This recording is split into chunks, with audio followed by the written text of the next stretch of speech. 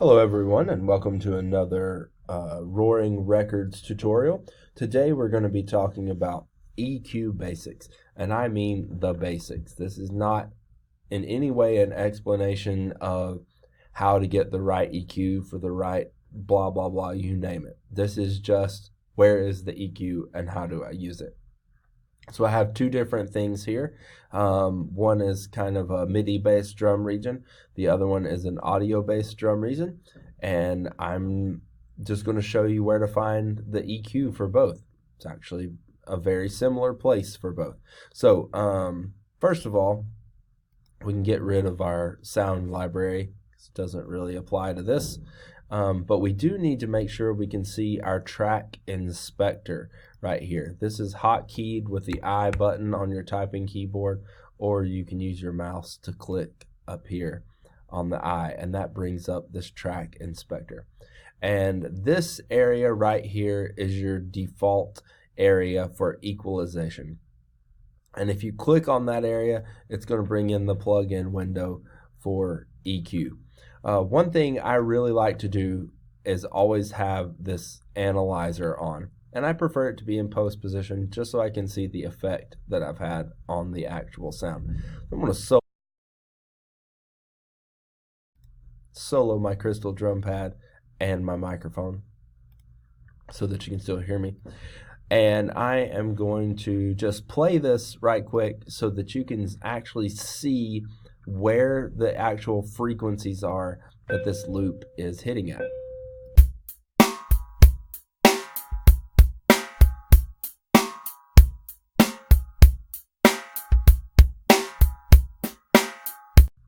So you'll see there's stuff happening all over this actual EQ area. There's some bass drum happening out here, a lot of hi-hat things happening in this area. And what if we want to modify those? Well, that's what the EQ is. Say we want to add a little bass drum. We have two options. We've got this peak position, and we have this, which is a shelf position. So let's do the shelf first. I'm going to take the shelf, and I'm just going to raise the shelf. Now that means that everything as it ascends from the central line is going to be added in that frequency range. So this is all boosting these specific frequencies. So let's take a little listen.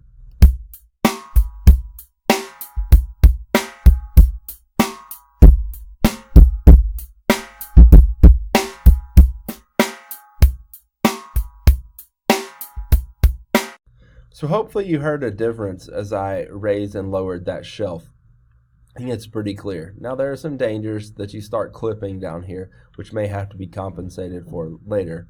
But that's just how you use that EQ. The peak EQ you can drag along here. Say again we want to add bass feature. So I can raise and lower the peak, and that's a pretty wide peak.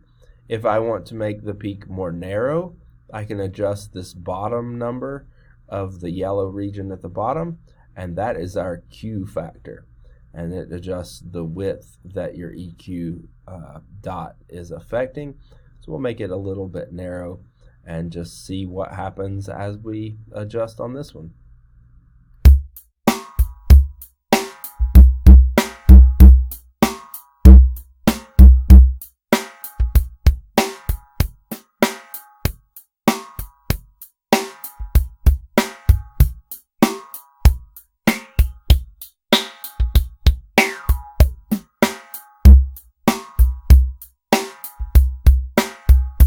So you could see that I'm actually able to boost the signal by going high, and I'm able to attenuate the signal or cut the signal by going low.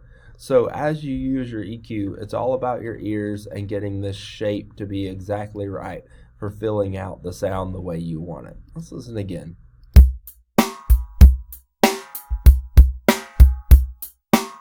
For me, that position rounds out the bass drum just a little bit, so it feels a little bit more like it has some ring and resonance to it, and just a little bit more punch there. Now, the same thing applies essentially to our vintage funk kit. As you can see, there is no EQ being applied to this currently. So here's what this loop sounds like.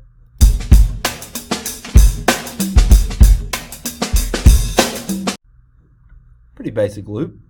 So if I want to add EQ, then I just click on the EQ. Same thing pops up. You'll notice in the audio effects, it now has channel EQ listed first. So this is what it looks like when it comes up absolutely blank. Let's just apply some low shelf to see if we can add some bass drum.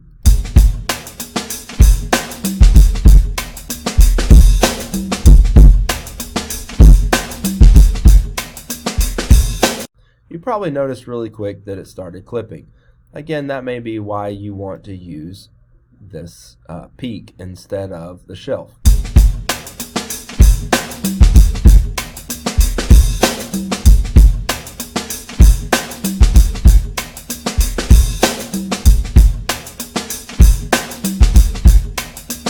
So now we've added a little bit of bass without going over the edge of our peak limiter down here. So what else might we do? We might reduce. Say I really like the bass drum of this, but I would really like to eliminate all the cymbals and stuff from this loop because I'm going to do all that on my own. Well, let's see if we can use the EQ shelf to reduce the cymbals in this almost entirely.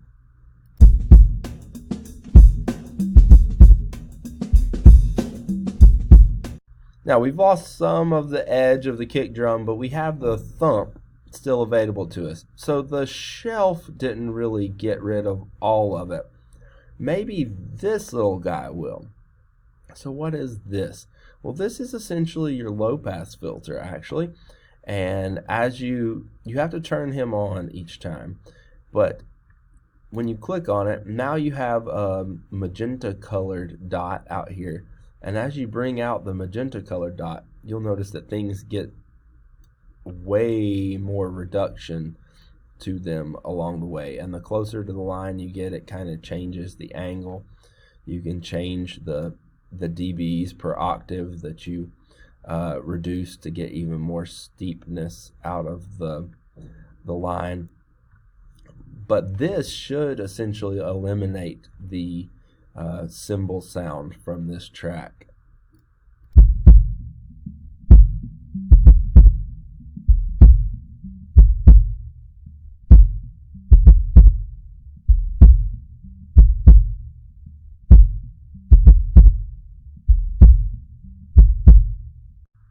So you can hear that like that low pass filter has gotten rid of almost everything that wasn't just the thud of the bass drum.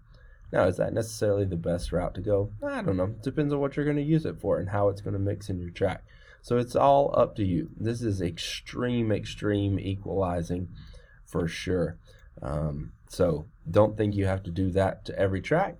It's just how you use the equalizer. There are also some presets here. Feel free to check out the presets. If you've got a saxophone and you're playing in, here's the recommended preset for what you might want on a saxophone. Or if you've got a kick drum and you want to highlight that kick drum, these are different ways that you could get a kick drum to be highlighted. So check it out, see what you think. Hope you enjoy. That's how to use an EQ on a track in Logic.